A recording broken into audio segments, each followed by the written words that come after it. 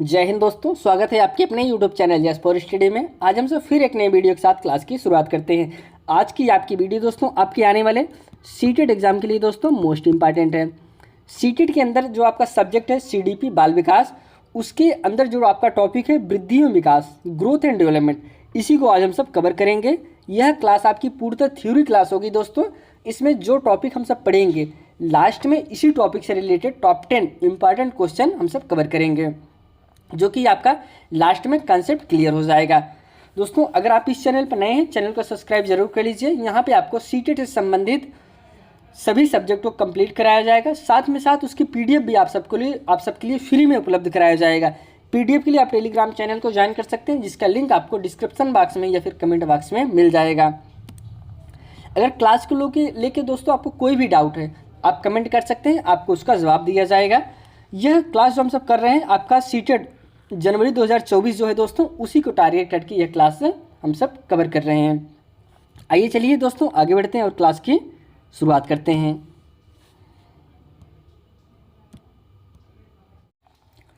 यहाँ से हम सब दोस्तों वृद्धि एवं विकास की क्लास शुरू करते हैं, ग्रोथ एंड डेवलपमेंट। सबसे पहले हम सब वृद्धि का क्या अर्थ होता है, विकास का क्या अर्थ होता है, इसको समझते हैं, फिर हम सब आगे क्लास को कंटिन्यू करते हैं। वृद्धि का अर्थ दोस्तों, वृद्धि का अर्थ सामान्यतः मानव के शरीर के विभिन्न अंगों के विकास तथा अंगों के कार्य करने की क्षमता से समझा जाता है। कहने का तात्पर्य बालक में जो लंबाई का बढ़ना, चौड़ाई होना, ये सब दोस्तों किसके अंतर्गत आते हैं, वृद्धि के अंतर्गत आते हैं। विकास का अर्थ परिपक्वता की ओर ले जाता है, अर्थात विकास परिपक्वता की एक प्रक्रिया है। विकास सतत चलने वाली प्रक्रिया है, जिसमें गुणात्मक परिवर्तन, परिणात्मक एवं मात्रात्मक परिवर्तन दोनों सम्मिलित होते हैं। कहने का तात्पर्य विकास जो होता है दोस्तों, वह मानसिक, जैसे किसी बालक के मानसिक विकास को होना, नैतिक विकास होना, सामाजिक विकास होना, यह सब किसके अंतर्गत आते हैं, यह विकास के अंतर्गत आते हैं। यह दोस्तों गुणात्मक भी होता है और मात्रात्मक भी होता है। अगले पॉइंट में हम समझते हैं इसके अंतर। सबसे पहले हम समझ लेते हैं कि वृद्धि का क्या मतलब है और विकास का। वृद्धि दोस्तों परिपक्वता के बाद रुक जाती है। कहने का तात्पर्य वृद्धि, जैसे किसी बालक की लंबाई बढ़ रही है, ऐसा तो है नहीं कि वो लंबाई उसके पूरे जीवन पर्यंत बढ़ती रहेगी, वो एक समय बाद वृद्धि उसकी रुक जाती है। लेकिन विकास दोस्तों वह जीवन पर्यंत चलता है, गर्भ से लेकर कब्र तक। बालक जब गर्भ में आता है तब से लेकर दोस्तों जब तक वह उसकी मृत्यु नहीं हो जाती, जीवन पर्यंत विकास की प्रक्रिया होती रहती है। आगे हम बढ़ते हैं, इसके और पॉइंट कुछ क्लियर करते हैं आप सबके लिए। अगला जो पॉइंट है, जब हमारे शरीर की संरचना आकार में परिवर्तन होता है तो उसे वृद्धि कहते हैं। कहने का तात्पर्य लंबाई चौड़ाई का बढ़ना, यह सब आपका क्या कहलाता है, वृद्धि कहलाता है। विकास का स्वरूप आंतरिक एवं बाह्य दोनों होता है दोस्तों। उदाहरण के लिए जैसे मस्तिष्क और भाषा ज्ञान।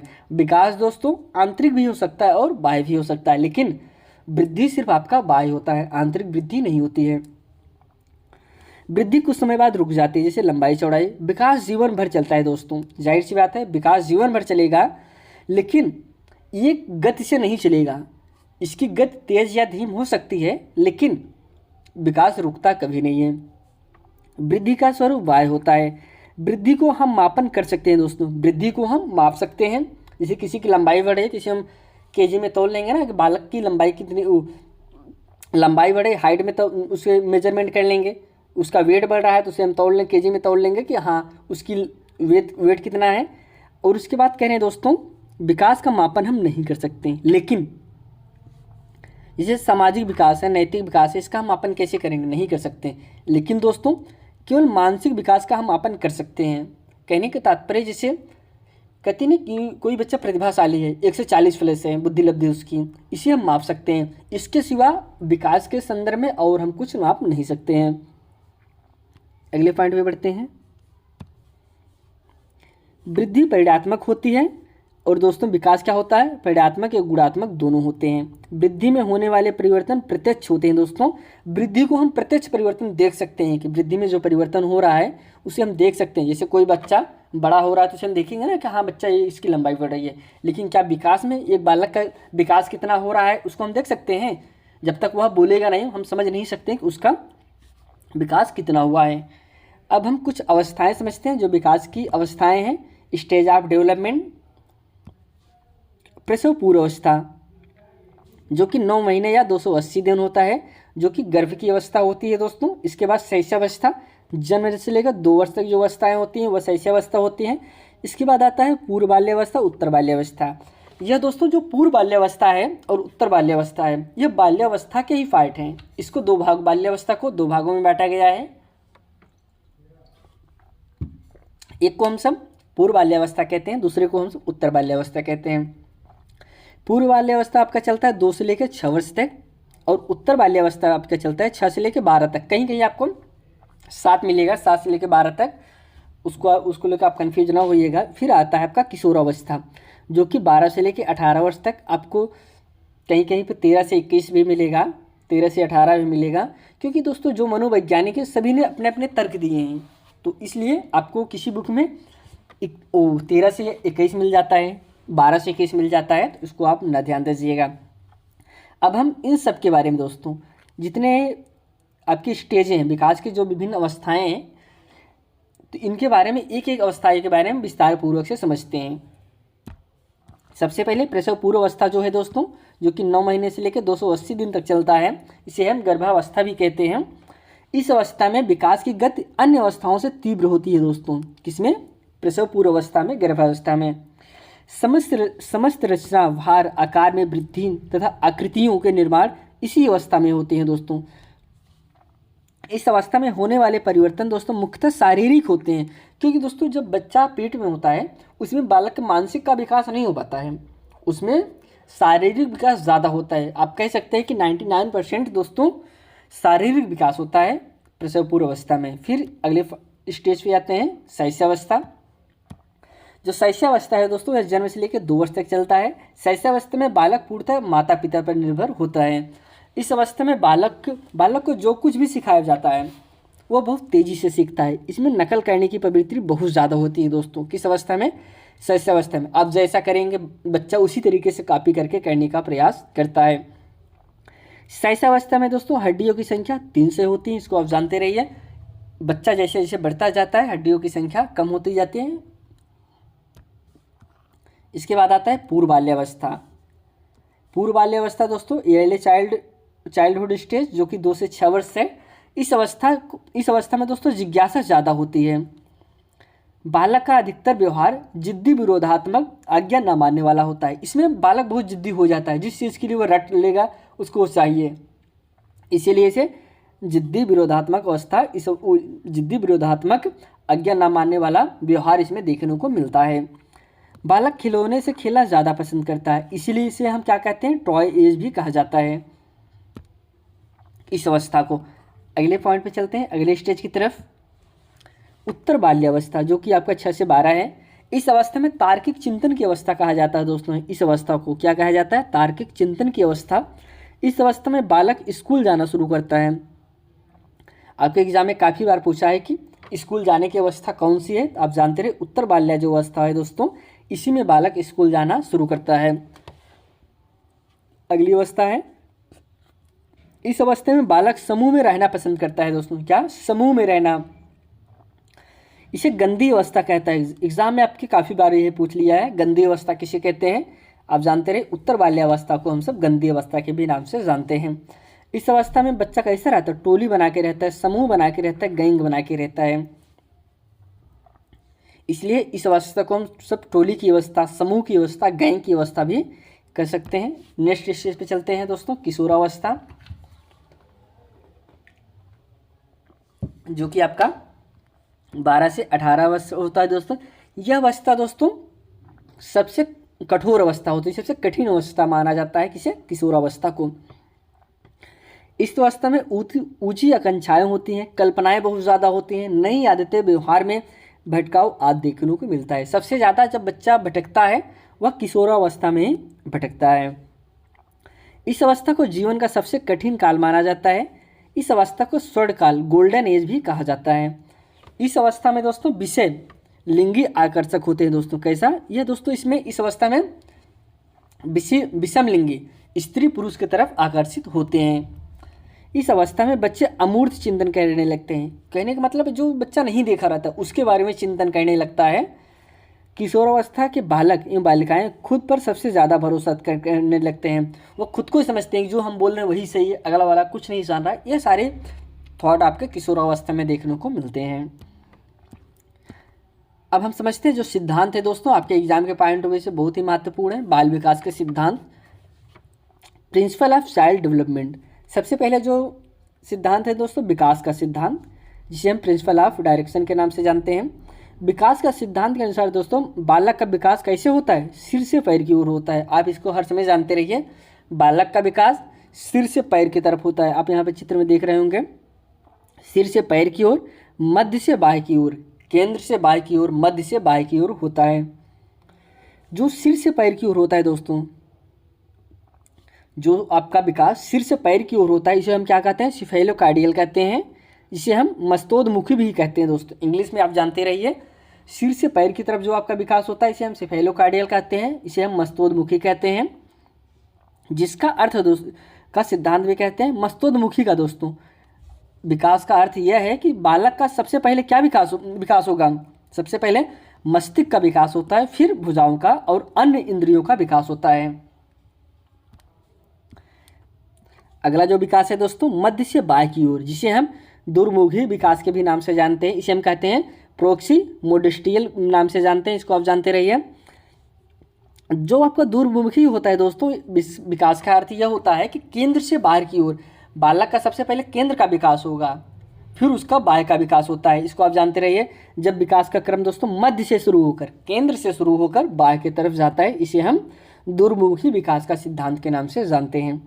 अगला जो आपका सिद्धांत है निरंतरता का सिद्धांत, प्रिंसिपल ऑफ कंटिन्यूटी।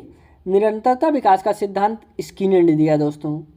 इस सिद्धांत के अनुसार बालक का विकास मंद जरूर होता है दोस्तों, जैसा कि हमने शुरू में बताया, विकास की प्रक्रिया मंद हो सकती है, इसकी गति तेज या धीम हो सकती है, लेकिन विकास आपका कभी रुकता नहीं है, परंतु विकास लगातार चलता रहता है। बालक का विकास जन्म पूर्व से लेकर दोस्तों, कब से लेकर, जन्म पूर्व से लेकर जीवन पर्यंत तक चलता रहता है। जब तक जीवन चलता है तब तक विकास की प्रक्रिया चलती रहती है, इसे हम निरंतरता का सिद्धांत कहते हैं। अगला सिद्धांत है व्यक्तिगत भिन्नताओं का सिद्धांत, प्रिंसिपल ऑफ इंडिविजुअल डिफरेंस। यह सिद्धांत दोस्तों हाइलाक ने दिया था, इसको आप जानते रहिए। इस सिद्धांत के अनुसार सभी बालकों का विकास निरंतर चलता रहता है दोस्तों, लगातार चलता रहता है, परंतु किसी में भी समानता नहीं पाई जाती है। अब यहाँ पे सबसे इम्पॉर्टेंट है दोस्तों, जो व्यक्तिगत भिन्नता का सिद्धांत है, यह दोस्तों सबका विकास एक जैसा होता रहता है, लेकिन समानता किसी में नहीं पाई जाती है। चाहे वह बच्चे जुड़वा बच्चे क्यों ना हो, तब भी उनमें एक दो लोगों का विकास एक जैसा नहीं होता है। आप इसको जानते रहिए, जुड़वा बच्चों में भी विकास समानता नहीं पाई जाती। एग्जाम में काफ़ी बार यही पूछा गया है। यदि हम दो बच्चों के विकास को देखें तो दोनों में भिन्नता पाई जाएगी। इस सिद्धांत के अनुसार बालकों में शारीरिक, मानसिक, सामाजिक, संवेगात्मक रूप से भिन्नता पाई जाती है। इसलिए कहा जाता है दो बच्चों का विकास एक जैसा नहीं हो सकता, चाहे वह जुड़वा क्यों ना हो। अगले सिद्धांत पे बढ़ते हैं, एकीकरण का सिद्धांत दोस्तों। इसे समन्वय का सिद्धांत भी कहते हैं। इस सिद्धांत के अनुसार बालक पहले संपूर्ण अंग चलाना सीखता है दोस्तों। कहने का तात्पर्य, अगले पॉइंट में हम समझते हैं पहले, फिर उदाहरण के जरिए हम क्लियर करेंगे। फिर अंग के भागों को चलाना सीखता है और अंत में सभी में एकीकरण करता है। उदाहरण समझते हैं, यदि किसी बालक के आगे एक खिलौना रखा है और वह थोड़ा दूर है, तो वह उसे अपने पूरे शरीर को हिलाकर घसीटते हुए खिलौने तक पहुंचता है, फिर हाथों का इस्तेमाल करके उसे छूने की कोशिश करता है तथा अंत में दोनों क्रियाओं को जोड़कर दोस्तों खिलौनों को हाथ में ले लेता है। इसे दोस्तों एकीकरण का सिद्धांत कहते हैं। अगले सिद्धांत पे चलते हैं, समान प्रतिमान का सिद्धांत। यह दोस्तों सिद्धांत बहुत ही इंपॉर्टेंट है। आप इसकी लैंग्वेज को समझने का प्रयास करिए कि कहना क्या चाह रहा है। प्रिंसिपल ऑफ सिमिलर पैटर्न, यह बाल विकास का सिद्धांत हर्लाक ने दिया था। इस सिद्धांत के अनुसार एक प्रकार की जात विशेष का विकास एक समान होता है। कहने का तात्पर्य एक प्रकार की जात विशेष दोस्तों, कहने का तात्पर्य जैसे बालक है, जैसे आप यहाँ पे एक चित्र में देख रहे होंगे, एक बालक थोड़ा सा सांवला है, एक बालक थोड़ा सा गोरा है। कहने का तात्पर्य बालक क्या है, एक जाति हो गया। अब बालक का विकास, चाहे कोई बालक के अमेरिका में रहे, कोई बालक भारत में रहे, उसकी जो जात का विकास है एक ही जैसा होगा। उसकी सोचने की क्षमता आंतरिक क्षमताएं अलग हो सकती हैं दोस्तों, लेकिन जो बालक का विकास जिस तरीके से होता है, पैर होना, हाथ होना, यह सारे विकास दोस्तों एक ही जैसे होते हैं, वो बालक कहीं पे भी रहे, किसी भी देश में रहे। उदाहरण के जरिए हम समझते हैं, एक बालक भारत का है तथा दूसरा बालक अफ्रीका का, क्योंकि दोनों की जात समान है दोस्तों, दोनों ही क्या हैं, बालक हैं, दोनों का विकास एक समान ही होगा, चाहे उनका वातावरण अलग ही क्यों ना हो। अगले स्टेज पे चलते हैं, सामान्य से विशिष्ट की ओर का सिद्धांत। इस विकास सिद्धांत के अनुसार बालक सबसे पहले दोस्तों सामान्य क्रियाएं करता है, फिर विशिष्ट क्रियाएं करता है। जैसे दोस्तों उदाहरण समझते हैं, दौड़ना एक क्या है, विशिष्ट क्रिया है, परंतु बालक सीधा दौड़ना ही नहीं लगाता, पहले वह उठना, फिर बैठना, फिर चलना, फिर दौड़ना प्रारंभ करता है। कहने का तात्पर्य सामान्य से जो विशिष्ट की ओर है दोस्तों, कोई बालक है पहले उठने का प्रयास करेगा, फिर धीरे धीरे रेंगेगा दोस्तों, फिर चलने का प्रयास करता है, फिर थोड़ा और तेज चलेगा, फिर दौड़ने का प्रयास करेगा। दौड़ने की प्रक्रिया विशिष्ट है, वह लास्ट में करता है, इसीलिए कहते हैं सामान्य, पहले वह चलना सीखेगा, फिर वह दौड़ना सीखेगा।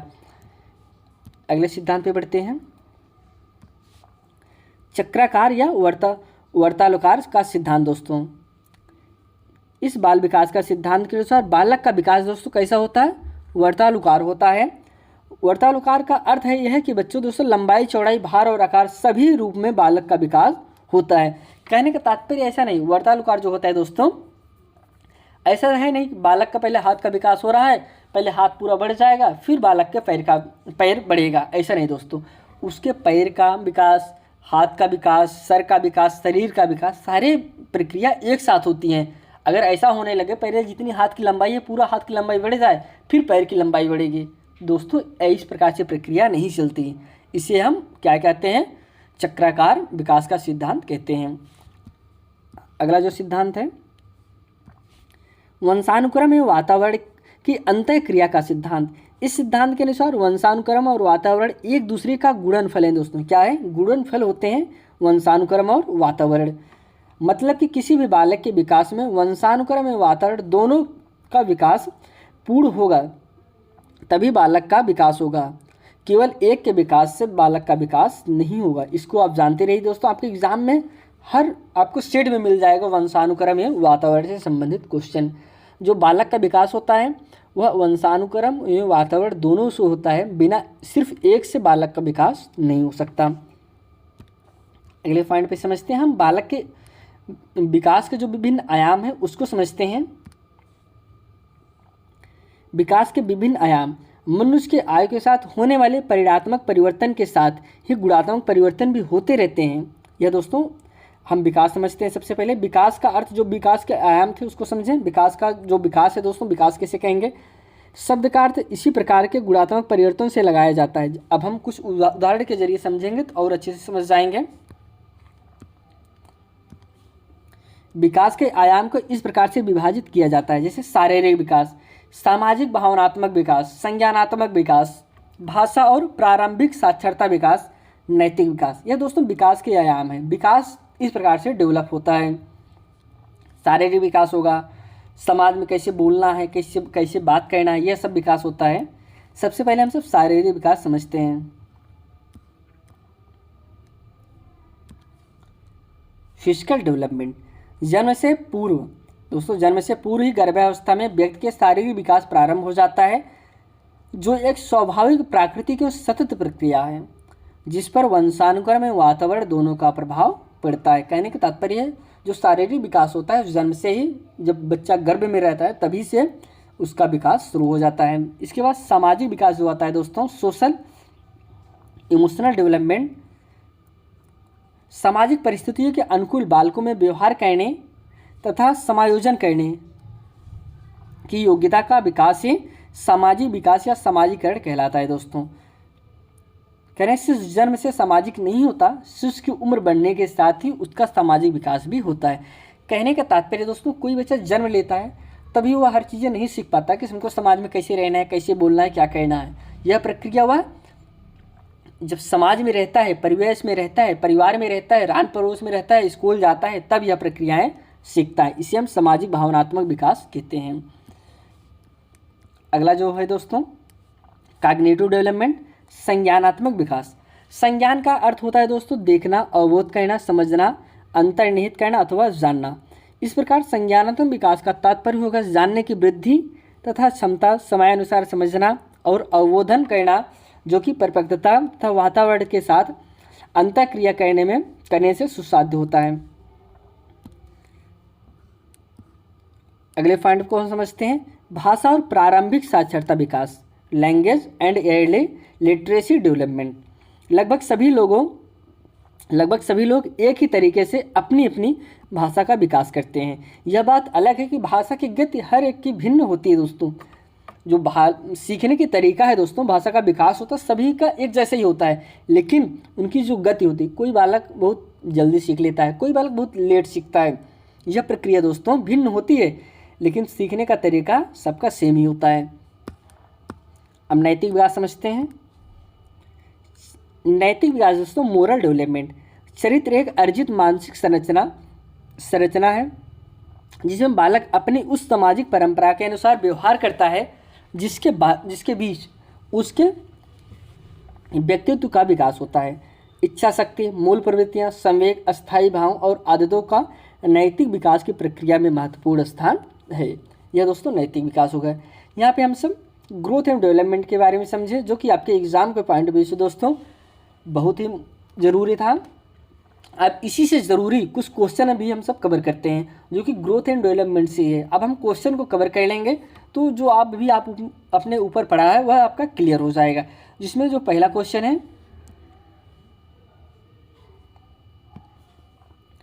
निम्नलिखित में से कौन सा विकास का सिद्धांत है दोस्तों?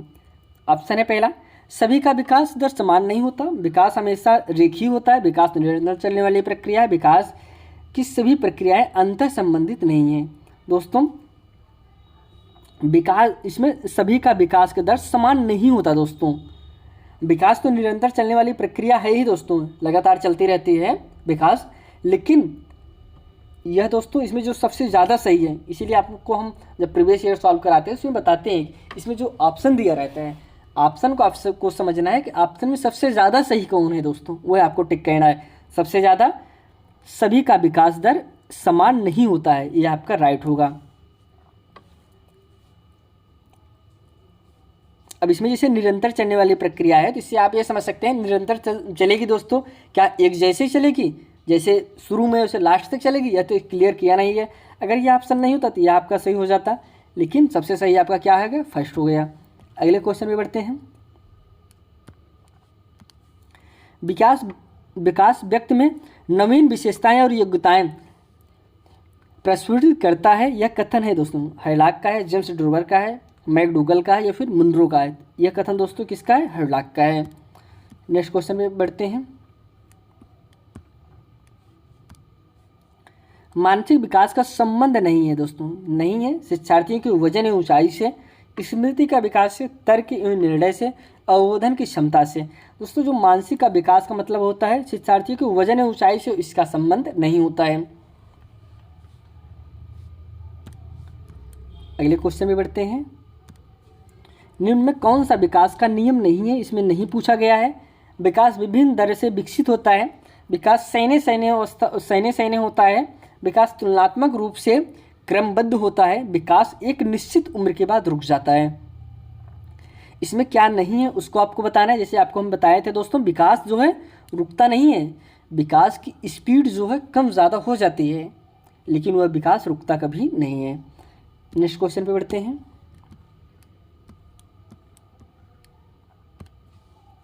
किशोरावस्था का प्रमुख समस्या क्या होती है दोस्तों? वजन बढ़ने की, शिक्षा की, समायोजन की, अच्छे परीक्षा परिणाम देने की।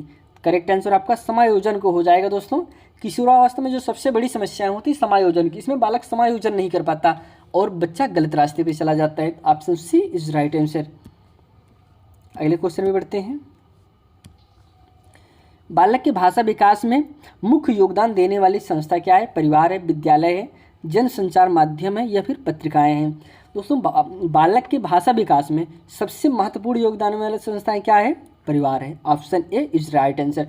जो परिवार होता है दोस्तों, वह बालक की प्रथम पाठशाला परिवार ही होता है, क्योंकि बालक बोलने से पहले मम्मी कौन है, पापा कौन है, ये सब कहाँ सीखता है? परिवार में ही सीखता है। ऐसा नहीं स्कूल जाता है तो स्कूल सीखेगा, पापा किसे कहना है, मम्मी किसे कहना है।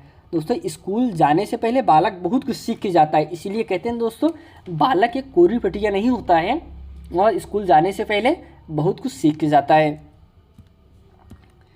अगला क्वेश्चन है, छात्र का वह सोपान जब वह सर्वाधिक रूप से संवेगों से घिरा रहता है क्या कहलाता है? शैशवावस्था, बाल्यावस्था, प्रौढ़काल या फिर किशोरावस्था। यह किशोरावस्था दोस्तों जब सबसे ज़्यादा संवेगों से घिरा रहता है, कल्पनाशील हो जाता है, चिंतन करने लगता है, अमूर्त चिंतन करेगा, जो नहीं वह देखा रहेगा, ऐसा लगेगा कि सर्वे सर्व वही है, वह जो सोच रहा है वही सही है। यह सब चिंतन दोस्तों किशोरावस्था में ही आते हैं। अगला क्वेश्चन है, दो बालकों में समान मानसिक योग्यता नहीं होती है दोस्तों, उक्त कथन किस मनोवैज्ञानिक का है? हमने आपको बताया था हर्लाक का है कि सोरेनसन का है, क्रो एंड क्रो या जीन पियाजे। जैसे कि यह सिद्धांत दोस्तों किसने दिया था? हर्लाक ने दिया था। इन्होंने बताया था दो बालकों का विकास मानसिक विकास एक जैसा नहीं हो सकता, चाहे वह बच्चे जुड़वा बच्चे क्यों ना हो। अगले क्वेश्चन में बढ़ते हैं, किस अवस्था में स्वयं सम्मान की भावना सबसे अधिक पाई जाती है? शैशवावस्था, बाल्यावस्था, प्रौढ़ाकाल, किशोरावस्था। तो यह दोस्तों किशोरावस्था में पाया जाता है स्वयं सम्मान की भावना। इसमें बालक, अगर आप किशोरावस्था का जो बालक है, चार लोगों के सामने उसे डांट दीजिए तुरंत गुस्सा आ जाएगा, क्योंकि दोस्तों वह उसमें लगेगा हमारा सम्मान यहाँ पे खराब हो रहा है। दोस्तों स्वयं सम्मान की भावना किशोरावस्था में पाई जाती है। अब दोस्तों इसमें जो और ऑप्शन, शैशवावस्था को क्या पता हो, चाहे उसे 50 लोगों के सामने डांटिए। बाल्यावस्था, प्रौढ़ावस्था है दोस्तों, प्रौढ़ाकाल जो होता है, लेकिन उसमें बालक इतना मैच्योर हो जाता है कि उसे नहीं फर्क पड़ता। सबसे ज़्यादा जो प्रभावित होता है वह किशोरावस्था में। प्रौढ़ाकाल का बच्चा एक बार सुन लेगा, लेकिन किशोरावस्था का बच्चा नहीं सुनता है। अगले क्वेश्चन पे चलते हैं, निम्न में कौन सा कथन सही नहीं है? वृद्धि में विकास पर्यायवाची है, वृद्धि में मात्रात्मक परिवर्तन निहित है, वृद्धि जीवन पर्यंत नहीं होती है, वृद्धि के साथ विकास भी होता है। ये भी दोस्तों यह सही कि आपसे, इसमें वृद्धि में विकास पर्यायवाची है, ये आपका राइट है। लेकिन जिसे वृद्धि मात्रात्मक परिवर्तन निहित है दोस्तों, ये सही है, इसमें नहीं पूछा है। गलत जो है वही आपका राइट आंसर। वृद्धि जीवन पर्यंत नहीं होती है दोस्तों, इसमें नहीं जो हो, ये तो दोस्तों वृद्धि जो है जीवन पर्यंत नहीं होती है, होती है दोस्तों, वृद्धि जीवन पर्यंत होती है। अगला जो आप कह रहे हैं तो वृद्धि के साथ विकास भी होता है, ये भी आपका सही है, इसमें नहीं पूछा है, तो नहीं आपका क्या हो जाएगा? वृद्धि में विकास पर्यायवाची है, तो ये आपका गलत है, गलत के साथ चला जाएगा। यहाँ पे हम सब दोस्तों वृद्धि में विकास को कवर किए, उससे रिलेटेड क्वेश्चन, टॉप 10 क्वेश्चन भी कवर किए, जो कि आपके सीटेड एग्जाम के पॉइंट ऑफ व्यू से दोस्तों मोस्ट इंपॉर्टेंट थे। अगर आप इस चैनल पर नए हैं दोस्तों, चैनल को सब्सक्राइब जरूर कर लीजिए। यहाँ पे आपको इस चैनल पे सीटेड के 2011 से लेके दोस्तों 2011 से लेके 2023 तक जितने भी आपके प्रीवियस ईयर के क्वेश्चन पेपर हैं सबको कवर कराया जा रहा है। साथ में साथ उसकी PDF भी टेलीग्राम चैनल पर उपलब्ध कराया जा रहा है। आज जो हमने क्लास को कवर किया, इसकी PDF अगर आपको चाहिए तो यह भी आपको टेलीग्राम चैनल पर मिल जाएगा। इसी के साथ ये क्लास यहीं समाप्त करते हैं, आपसे फिर एक नई वीडियो में मिलते हैं। तब तक के लिए दोस्तों धन्यवाद।